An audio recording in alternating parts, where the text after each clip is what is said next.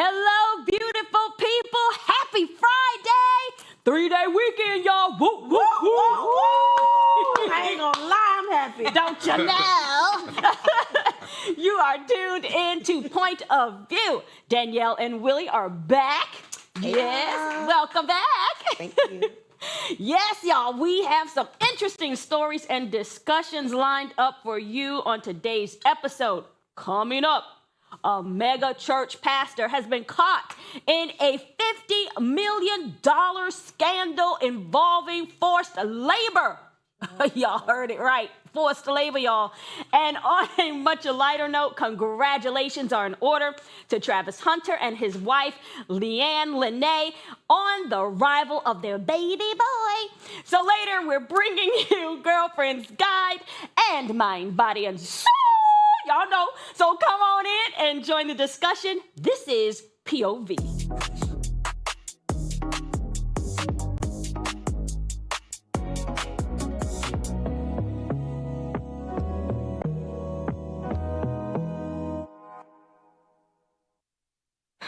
Buckle up for this one because it's giving cult, corruption, and straight up chaos in the church house. Oh, why? A pastor who once called himself Jesus's best friend has just been arrested alongside his associate for forced labor and money laundering charges. Neighbors, the feds say, he forced women to work long hours in a so-called ministry call center, cut them off from their families, and even controlled their personal lives, all while racking up $50 million in church donations to fund his luxury lifestyle. Rolls Royces, jet skis, seafood fest. Y'all name it. He was doing it. What y'all got to say about this? The picture says it all. What you said? The mugshot says it all. The $8.5 million estate says a lot as well. Don't you know? Ain't no way y'all let that man in that mugshot swindle you. I am so ain't no way. But you know what? I'm not gonna lie. I really do feel like growing up in the church, I feel like there's a very thin line as to how some of this could really be like. How it could happen? Yeah, like Please how tell it could us happen. how. And I mean, I didn't grow up in no corrupt church. That's not what I'm saying. No, but you said it's a But I'm thin just line. saying, as far as The believers and yes. how much, what extent do you go to believe? He didn't really, trick them out of any money. If you feel like something is moving and you're persuaded, that's not necessarily his fault. And then, with them calling it, like a church call center type thing. His church was a mega church, and they had like a 24-hour prayer line. And so, the only thing that gets me about it is once you get to the point where you're talking about the plan B. Plan B, y'all. Ooh. What? It's too much to unpack. Well, I'll just say that Jericho has dried up and God has brought exposure. my God. To the mugshot. There is no way. He done dried up. But He didn't look like that on the pulpit. No, he had that Jerry curl in the pulpit. Well, it was fresh. It was still a mess, and it was still no. You need a little activator now. How does this happen though? I don't understand how Corruption. people. But are how people are people naive duped? though? Are we saying No, I don't think people naive. People desire something, and when Okay. someone can promise you something, it's the same way with trafficking. When Yeah. and this is a form of that. It is. Because it's when you get in that situation, and the person on the other side is your source of food, your source of comfort and shelter. You're like, I have to do this because somewhere in your mind, maybe you have a family, maybe you have children, and you're like, man, my children on the side, I can't leave, I can't go home. I was just watching a movie the other day, and it was a way like she was a psychologist, but they had her there to help this thief. And then they was like, but he left her with the code. And so she got too much into it where she was like, I can't even get away to go see my children because now I have to help you to solve a crime I'm not even involved in. Wow. And so I feel like stuff like that is part of that trafficking where people are like, they see what's going on, but there's no way to escape when you feel like that's what's hinging on your life. So. Well, the part I'm confused about too is that they said this is not his first time being caught. with certain of these charges and stuff. This is not his first time being in trouble. And he got back in it again. That's what I'm saying. It's because if you, maybe I'm not, explaining it right. Okay. But if you know kind of how the structure, we all know the structure of kind of how church works, there are so many loopholes to where people can easily be taken advantage of, especially in a mega church. But again, that's what I'm saying. But who knows what the defense was? But like how though? Because it's like this psychological warfare. Is that what we're dealing with? Well, maybe he's gonna go down this time because of the Plan Bs. But why Plan Bs? What they say about the Plan Bs? No, they're saying.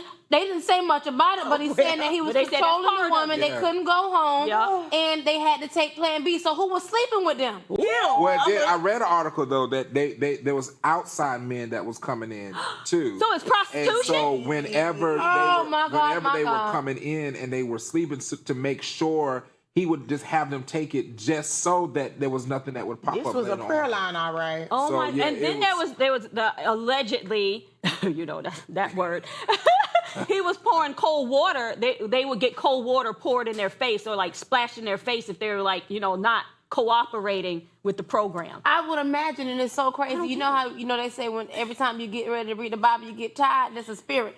But anyway, every time they got on the phone, imagine these people are on these 24-hour prayer. A lot of people calling in by prayer. I'm nodding off, and you gonna throw the water in my face.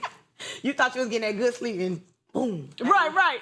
I'm so tired of fake Christians and people that the honor and the power and the favor of God and the anointing has left them. Yeah. And I'm so tired that they are continuing to represent Christians and we continue to get a bad name because these people getting first class tickets to hell and they choosing it. Now, before we move on, I want to say this as a pastor myself because I want to be serious for a moment. Yes, I want people to know that this does not represent the entirety of Christendom, and that we do need to not forsake the assembly, and we need people to come together in unity. So I believe this is also the work of the enemy to allow such exposure with this because it puts a light on Christianity. Right. There's other religions out there that do far worse to women, children, and men. Yes. And Christianity is always the one that goes under the heat. And then people say, I told you so. I told you so. So I just want you to know, have discernment, pray, but above all, don't lose your relationship with Christ because we got a couple of bad apples out there. Well, yeah.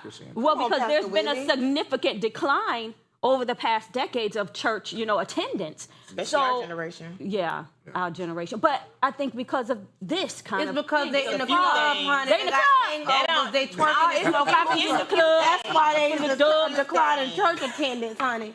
That's the problem. It's a few things. It's the hookah. And the twerking, yes it is. And the twerking. I know a lot of people that do hookah and twerk by night and be up Sunday morning at their church. Staking up the church. But what does that say though? My mama always said if you can hang out at night, if you can hang out on Saturday, you can make a church on Sunday. That was the thing. That's why we got so many. That's why we got so many fake Christians too, because they. Does that make you fake? Is it? But well, is it? Does that make you attempting to live a righteous, holy life acceptable in the sight of God? So because you hang out, now you can't live a righteous life? Because you play with the demons at night, you can. Well, I mean, what you mean? Is you hanging out necessarily playing with demons? The Bible say the freaks come out at night. Everybody's scared of the darkness for a reason because of what be out at nighttime. Well, the Bible don't say the freaks come out at night. You know what? Well, I'm going to help to tell you. The Bible says men love darkness because their deeds are evil. So it does say that. Okay. So turn on all the lights. Yes. So you can see what's going on. So I helped out my sister. Wow. I like a good hangout and a good fun, but I be right there singing for the Lord in the morning, paying attention to the word. I used to go to this church one time, and the lady who led praise and worship, she was so amazing at what she did. But when I tell you that lady smoked weed, she drank liquor. A lot, you'll be surprised. Yeah, and I'm telling you, and I'm not saying God got to deliver you from what he needed to deliver you from. But at the end of the day, I stopped going to that church because I felt like, is there no one that's going to sit her down? Child. I know we got to move. Go ahead. Y'all, in other news, honey, Travis Hunter, the young football star everyone's been watching, just welcomed a baby boy with his new wife, well, his first wife, Leanne Lene. Oh my gosh, I said first wife. Please, is crazy. forget I said that. Now, they haven't been married that long, and folks are already debating what this means for his future. But why are they so invested? Travis is one of the most talked about newly drafted players in the NFL, but can he balance the pressure of being a husband, a new father, and the expectations of an entire football career?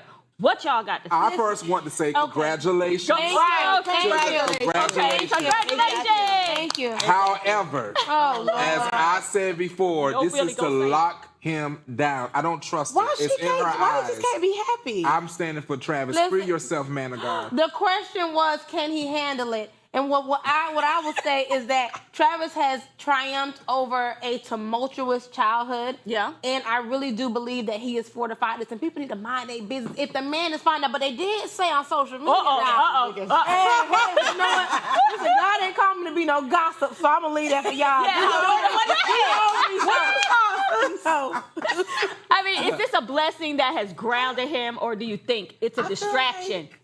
I mean, it could always be a distraction just because there's so many moving parts in his life that he has to, live up to. But I feel like people are so invested, and I would hate to be famous because I really don't understand why. Like, you cannot do anything in your own life without all this. Like, it's not like the girl came in yesterday. They literally have been like high school sweethearts. Nobody, like, they've been in love, and they decided to get married because he wanted to, because he popped the question. Okay. And then now they're having a baby and expanding their family, and he got the money to do so. Now, so why not? Yeah. She's beautiful too. He also had the money to buy her a little cosmetic surgery. There you go. Uh-oh. Love that lady. Y'all, we gonna take a quick commercial break, but don't you go anywhere. We'll be back with Girlfriend's Guide and Mind, Body, and Soul. Coming up next. Stay tuned. You're watching The View.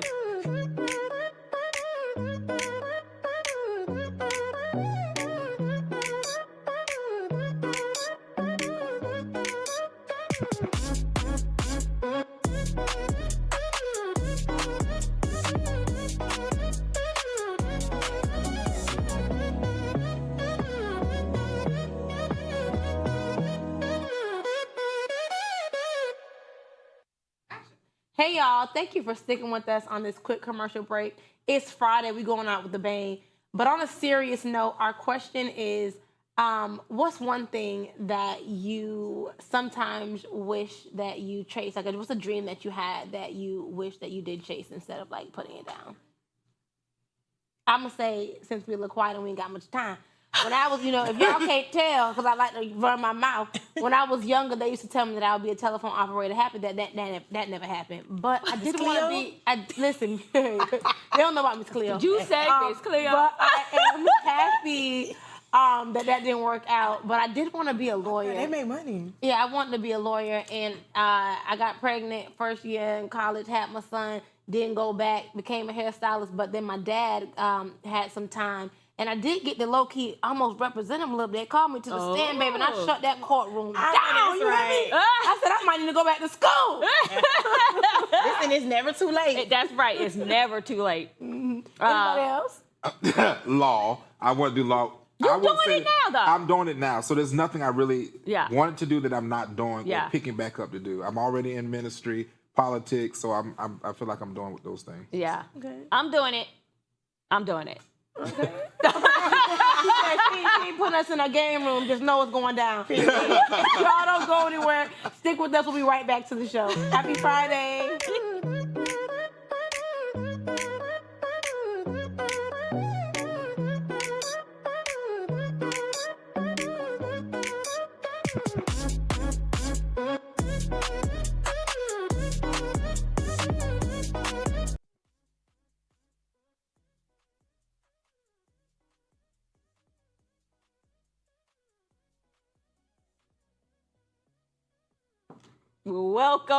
Welcome back. I can't tell y'all how excited we are about that it's Friday. Okay, now it's time to get into all things love, life, relationships, and everything in between. Let's get into Girlfriend's Guide.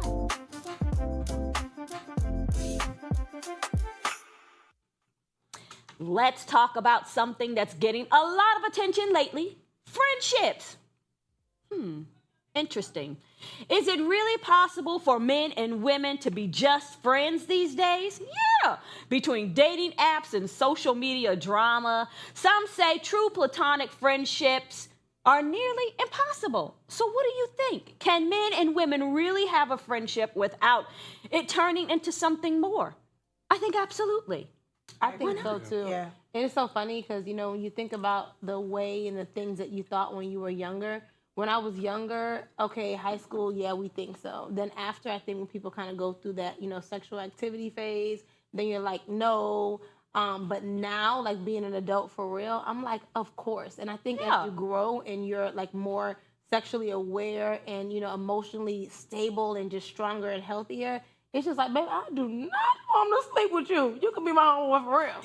I've always only had, like, well, not only, I've had friend girls too, but my friends have been males. I have mostly male friends, and we've just been platonic friends. There has not been anything between us. It's a good thing because, like, why not? Especially, I don't know how men feel, but like me as a woman, sometimes I like to have that male friendship, that ear. That's like, right. give me the real tea. That's like, right. Let me know how y'all thinking. Yeah. And just being able to talk. Like, I have a lot of great guy friends. Yeah. That nothing has ever happened. Nothing wanted to happen. Neither one of us even like each other, attracted to each other. Yeah. None of that. We just cool. Just cool. Can sit on the phone like one of my homegirls on FaceTime talking for hours, just kicking it. Yeah. Yeah, you might not have ever been attracted to them, but you know, somebody was attracted to you now. But you know, it is a little bit easier when you ain't cute. So I don't know which one of your homeboys, if all none of them ain't cute. But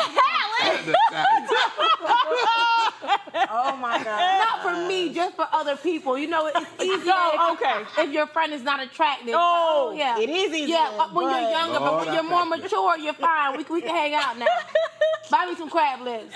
Wait, the crab legs, but we haven't heard that in a minute. We should have known to come up. Back. Lord have mercy. I think it is absolutely possible, but I would say this. The question here, the reason why I think people think it's not, is because we're in a Gen Z alpha generation that is over-sexualized. You have all these new age gooners, which is basically, gooners basically an obsession with pornography. And so they're recoining it so that they can be able to go out and do what they want to, and they literally like public stuff. It's like they're over sexualizing and lusting out loud. And so because of that, I believe that's why I'm saying it's hard to, and God knows, I work with boys. Yes. And I can tell you that it's not one single boy that I've walked into a store with where I have not had to stop them from approaching someone that they have no clue with. And then I won't go into too many details, but that some of them are so overly sexualized that they're willing to just do stuff in the public, just pull stuff out. I had somebody knock at my door yesterday. Where the lady knocked at my door because this man rolled by a street and was pulling his stuff out out there. They come in and knock on the door for me to call the police. So I think this right now, like, people can't be like, oh, that's just, you know, you're attractive, you're pretty, and that's where it goes. But it has to always be more. And that's why I don't like also trying to, because then it can be both sides, because, you know, sometimes y'all women are crazy. And so I think sometimes when you go in and you try to give a compliment, it's always in the back of the head, oh, is he trying to flirt? Is he trying to do that? And I'm like, so it's like, it's there's a balance, and I think you got to sit down and have those conversations. But we do have a whole new generation that is, you know, after us. And so, well, why do you think it's so much of being like stimulated sexually, just over sexualizing everything? What's behind it? in the days of Noah, so shall it be in these days. There will be lovers of men of themselves, their flesh. And so at that time was Sodom and Gomorrah, and we'll have likened to this day. The Bible talked about days of coming would be like Sodom and Gomorrah. It said. And so Sodom and Gomorrah wasn't destroyed because of homosexuality. It was destroyed because of perversion and disobedience, period. And so what do we see today? We see a generation that is rebellious and just perverted. And perversion is not always sexual, because I know I don't want y'all coming for me in the comments. It's not just sexual. The perversion could be anything twisted from what is truth to what is a lie. And it could be you thinking that, oh, I'm okay if I go out and steal because it's a big company. They ain't gonna miss it. I've had people say that. I literally had to break this down to one of the boys. Oh, well, it's Walmart. They ain't gonna miss it. but you're still stealing. Yeah. Because if you steal from Walmart, I got to hide my stuff. You might, because if you think that way, that's a spirit. Yeah. You ultimately are a thief. It doesn't matter whether it's Walmart or your grandma. Now, I know you're going to have something to say about this. Women Not all the questions for him. possibly maybe exposing a little too much. That doesn't help. As I said before the other day, we have a lot of Anna Nicole Smith whores and floozies. Oh, I got to go, honey. I'll be back on Tuesday. that are too promiscuous, and it is the thing. I don't say you got to look like a nun. Yeah. And I think there's a way you can wear stuff, but I do think the women today is too much. All your breasts and stuff, all your, your what are them things called? Your elephant stuff hanging out down there, or your camel toe, and all this stuff. And so all right. Forget how you What's the elephant thing? I ain't heard that one. I never should have said a word. I apologize to the viewers that I even asked the question. Well, wrap it up. Tuck it in. Well, what about how you feel about when people are friends and then it turns into something more? But you know what? I do think Is that a great thing? And it could can be be. because friendship is the premise of, should be the premise of all relationships. Yeah. Good foundation. But sometimes you should have stayed friends instead of trying to make it become something Correct. else. Oh, Right. yeah. I know I was watching Blackish, right? Well, I binge watch old shows all the time. But I mean, when Bo was having Dre had his friend who was playing Tyra Banks, and they had been best friends for years. And then every time she comes in town, Bo is like, it's not that they're best friends. It's just that, all his attention goes there. She tried to be his best friend after a while. She said, oh, please, no, I can't stand being your best friend. Just stay friends with her. She's your best friend. Do that. So we can have platonic relationships, even when it's in, husband and wife And situation. I think that is good, as Natalia said, but the conversation, I'm all about communication. Yeah. So if there's ever on either side of a feeling of some sort, I think that needs to, say it. Hey, I feel this way. Yeah. So that way you go ahead and put the, Nip it in the bud. if it's a fire to be, Extinguished. put it out. If it's a fire to come to life, okay, now where do we go from here? Let's start having that conversation. But I think it's fair because I had this young one, then I move on. I had this young guy, I told him he thought every single person that was his friend from work, from everywhere he went to school, he thought all of one that was his wife. Yeah. And I said, no, it doesn't work like that. So one time he was liking this girl, they hanging out, and I said, hey, if you feel it, you need to really sit down and talk with her, Yeah. And so they were hanging out a lot, going to movies, and he went and talked to her, and then she said, oh no, I have a boyfriend, I'm getting ready to get married. And I'm like, And he thought that was his wife. You know they be saying that your wife could be somebody else's wife. That's why I said you got to make sure to have these conversations, because she was just going to the movies and hanging out, and her boyfriend was okay because hey, I trust you, I'm with you, but you never know in what goes on in people's minds, and I've been caught up in situations like that. Have conversations. Yeah. Moving on to our next segment. This is the part of the show where we pause and reflect on what really matters: our peace, our growth, our purpose. Let's get into mind, body, and soul. Woo-hoo!